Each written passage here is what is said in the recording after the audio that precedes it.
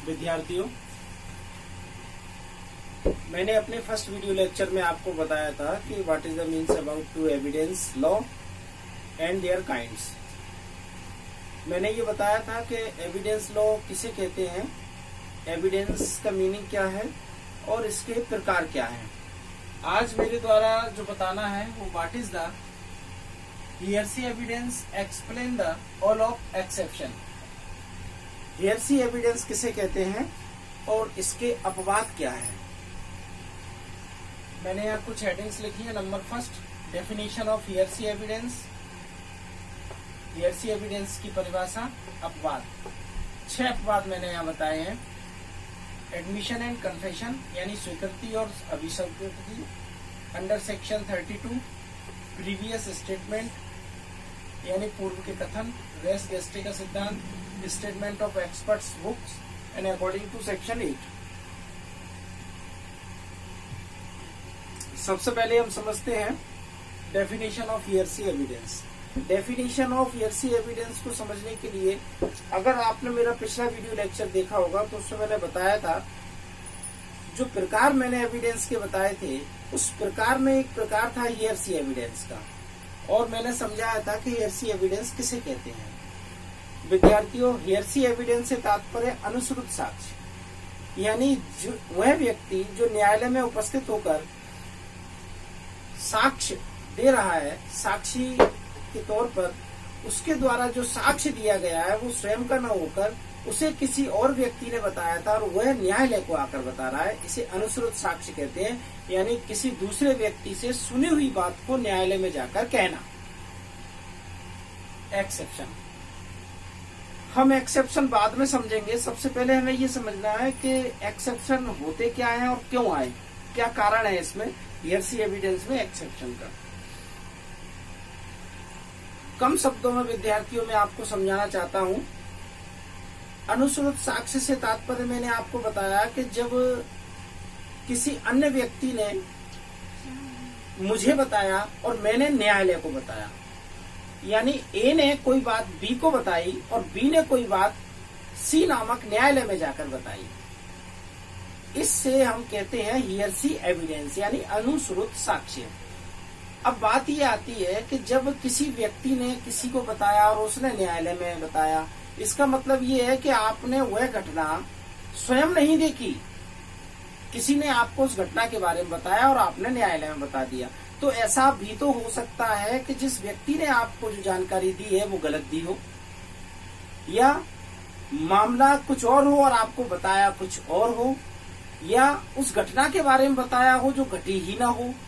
यानी कुछ भी हो सकता है जिस व्यक्ति ने आपको बताया वो सच हो सकता है झूठ हो सकता है कि कुछ सच और कुछ झूठ हो।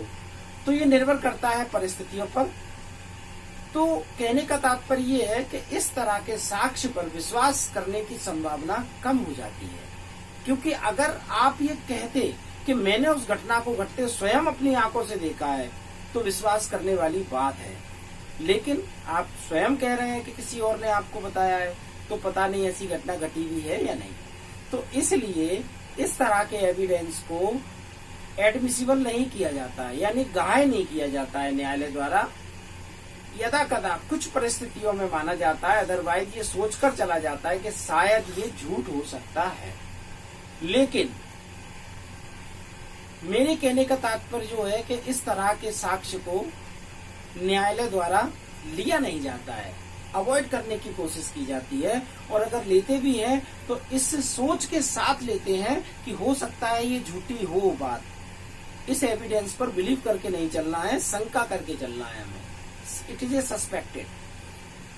लेकिन कुछ परिस्थितियां विद्यार्थियों ऐसी होती हैं जिन परिस्थितियों में अगर हम हियरसी एविडेंस देते हैं तो वह सत्य माना जाता है, उस पर शंका नहीं की जाती।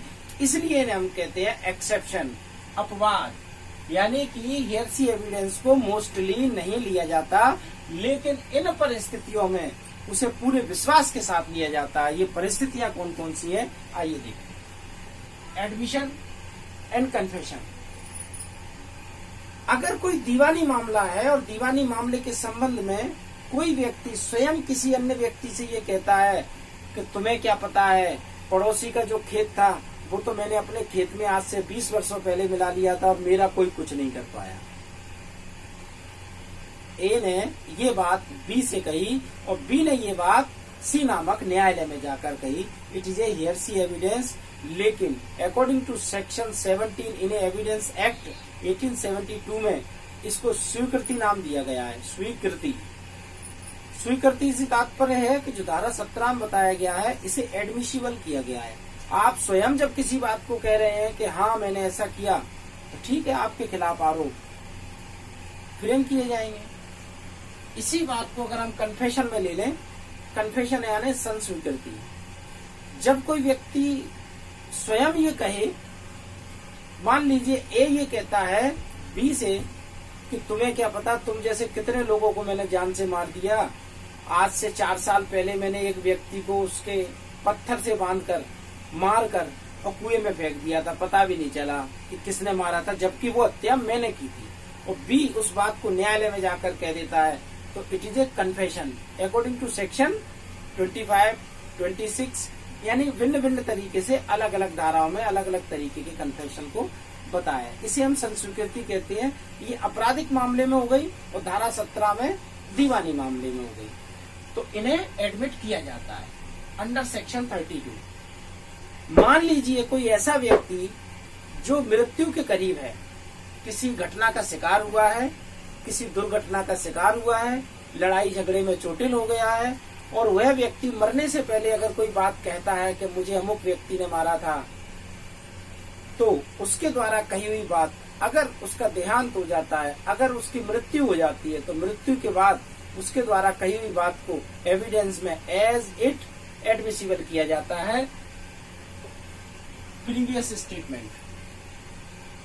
अगर कोई व्यक्ति किसी न्यायालय में या किसी स्थान पर कोई कथन करता है और कथन करने के बाद उसकी मृत्यु हो जाए, जैसा कि अंडर सेक्शन 32 में मैंने बताया मृत्युकालीन कथन में, या वह व्यक्ति गुमशुदा हो जाए, तो उसके द्वारा उस कही हुई बात को सत्य मानकर न्यायालय एडमिट कर लेता है।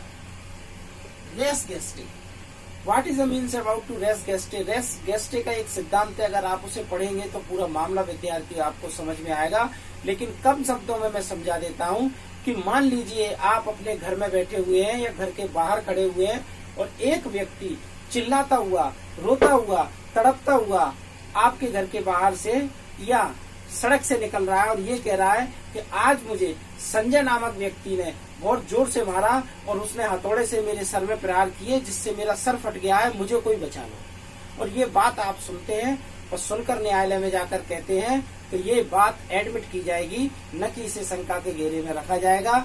It is a totally depend on principle of the res gestae. Statement of expert books.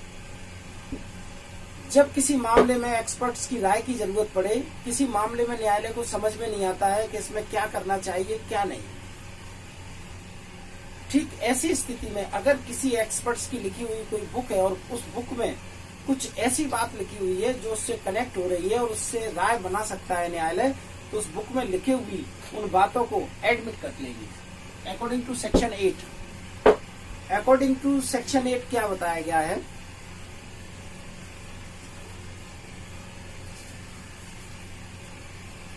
धारा 8 भारतीय साक्ष्य अधिनियम 1872 की धारा 8 को आप पढ़ेंगे तो उसमें भी ठीक इसी तरह से एक ओपिनियन दिया गया है और उस ओपिनियन को न्यायालय एडमिट कर लेगा, न कि उसे डिनाई करेगा। तो विद्यार्थियों, कहने का तात्पर्य ये है कि हियरसी एविडेंस मोस्टली न्यायालय द्वारा एडमिट नहीं किया जाता है, लेकिन कुछ ऐसे कारण हैं, कुछ ऐसे ग्राउंड हैं जिन ग्राउंड्स पर डिपेंड होकर न्यायालय हियरसी एविडेंस को एडमिट कर लेता है, और वो ग्राउंड ये है। इन ग्राउंड्स के अलावा किसी भी ग्राउंड पर न्यायालय डायरेक्ट हियरसी एविडेंस को एडमिट नहीं करता है, ले जरूर लेता है लेकिन शंका के घेरे में रखता है। विद्यार्थियों, आज का मेरा वीडियो लेक्चर यहीं समाप्त होता है और आगे भी आपको मेरे वीडियो लेक्चर मिलते रहेंगे। धन्यवाद।